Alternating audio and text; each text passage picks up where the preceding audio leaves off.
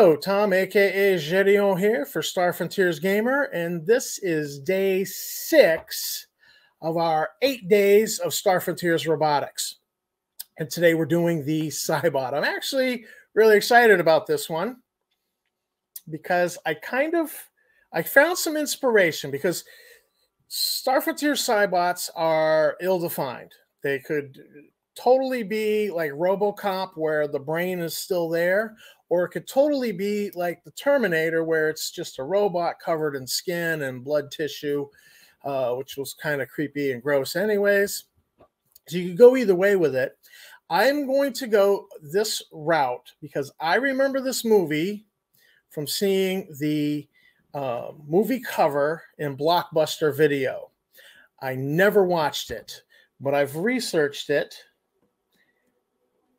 And it is 80s. It's pure 80s cheese. In fact, this movie made the top 12 list of worst cyborg movies ever. I think it was like number 11 on the list. So it's, and some of the clips I saw on YouTube were just like, oh my God, this is bad. But the cyborg in this looks kind of cool. So we're going to invoke the rule of cool and go with this cyborg. Now, here he is. So this is what was cool was he had this, like body that was on a tracked vehicle. It was kind of cool looking. And, but apparently he could step out of it because you see his legs here. So this was, I grabbed this off the internet. I like this picture. I find this to be nice and inspirational. So we got like some kind of an eye going on here. So we'll do some additional optics like infrared optics maybe. He obviously has a gun installed, so we will account for that. And that looks like a barrel. So we're going to make sure it's a gun that shoots bullets or maybe a gyrojet. Here's another picture of him talking with, one of his teammates. This is the Kung Fu teammate. And I mean, look at his face here. I mean, this guy's got resting witch face. And I mean, he's showing emotion when he's like a robot. It's like he's scowling. It's like he's angry. And I don't know. I didn't see the movie, so I don't know. And then here is a final picture of him, obviously with his legs stepped out of his vehicle. But I'm going to purely do him as this image here. He's not going to be able to step out of his vehicle. He's going to be one organic thing. We're going to give him a heavy-duty robot body, and we're going to build this guy from the ground up. This cyber, because it's just cool looking, and the artwork's already out there in existence, so we're going to use him for inspiration. So here is the worksheet. We've labeled it Cybot, thrown some pictures in here for inspiration, the two that I like. You can't see whether he's out of his little ride thing in this picture, but we've got the movie poster here with his tracked wheels. So his name. So how about Thorman? We want him to have a name that's reminiscent of the human from before he became a cyborg. So Thorman's going to work. There's no manufacturer. This is a custom job. His level is level 6. And we're going to go with heavy duty. Duty body. Cost $5,000. Oh, I need to look up the cost of a level 6 processor. Level 6, 8,000 credits.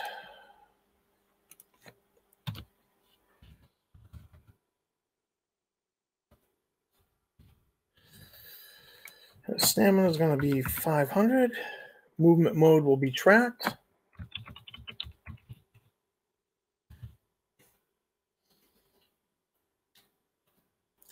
His speed, let's return to the rulebook and jump to page 47. Cybot, 30 meters per turn.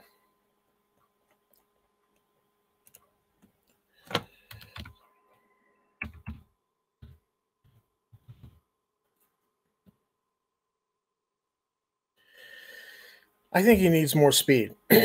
So let's pay the upgrade of 2,000. So this is a house rule that I created that if, in this case, this robot's kind of a slow-moving robot.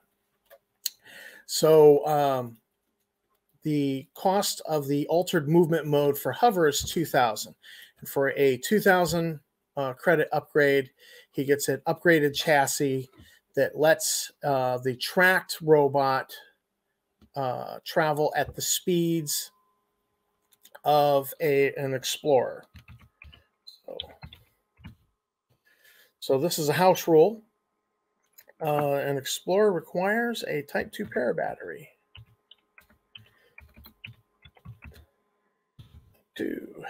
Para battery, which is 1,200, and carries a charge of 1,000 SCU. Now he is level 6, so that is 30 plus 10% per level, so 30 plus 60 is 90. He is a one-hit wonder. He is bound to hit almost every single turn in combat. His initiative modifier will be 3 plus his level, which is 9. We reverse engineer the reaction speed for 90. And his programs. He's going to need security lock, and attack defense.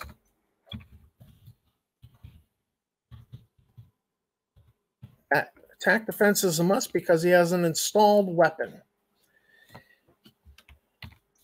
So we're going to give him some IR optics because of that red eye. Anti-shock implant.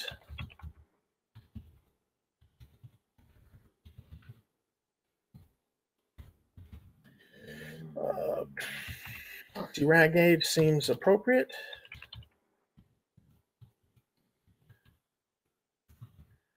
Because the biological portion of this robot can still be affected by toxins and radiation. And we're going to install an auto pistol.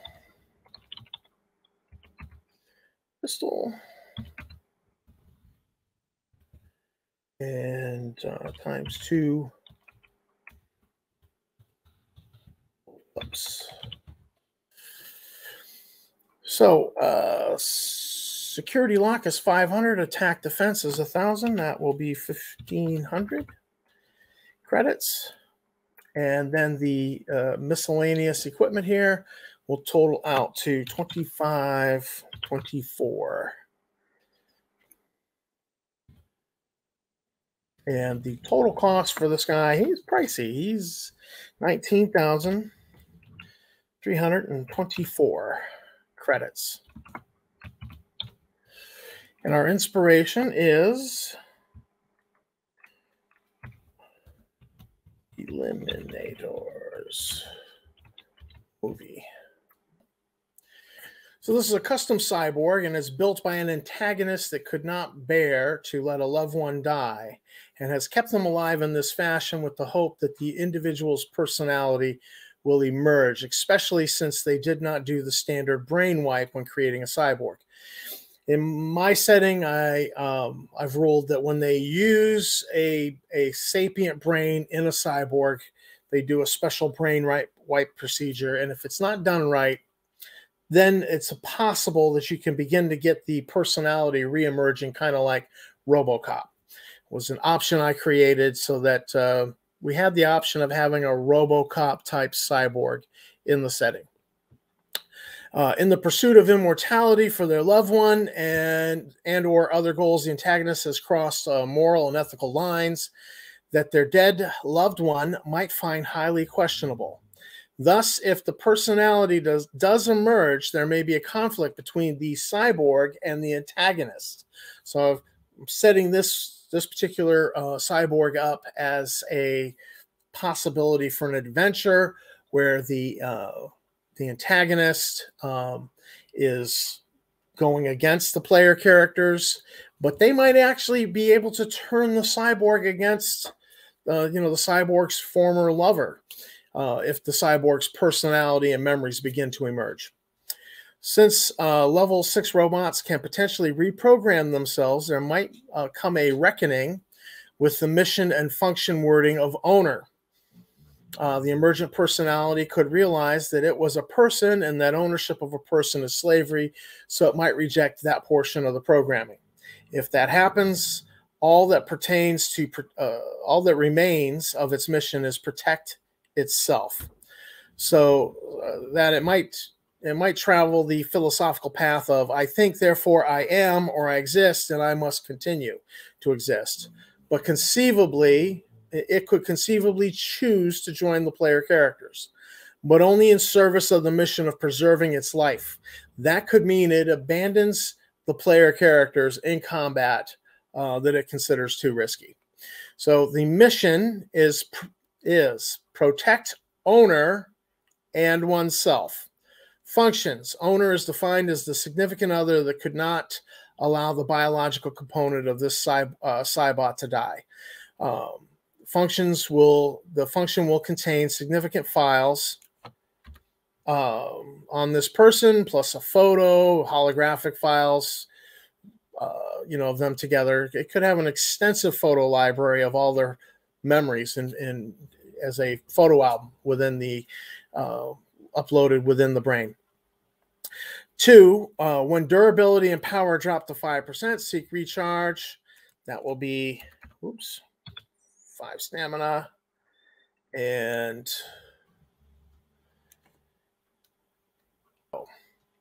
when durability or power drop to 5%, seek recharge or repair. That would be 5% stamina or 50 SEU. The stat listing is 500.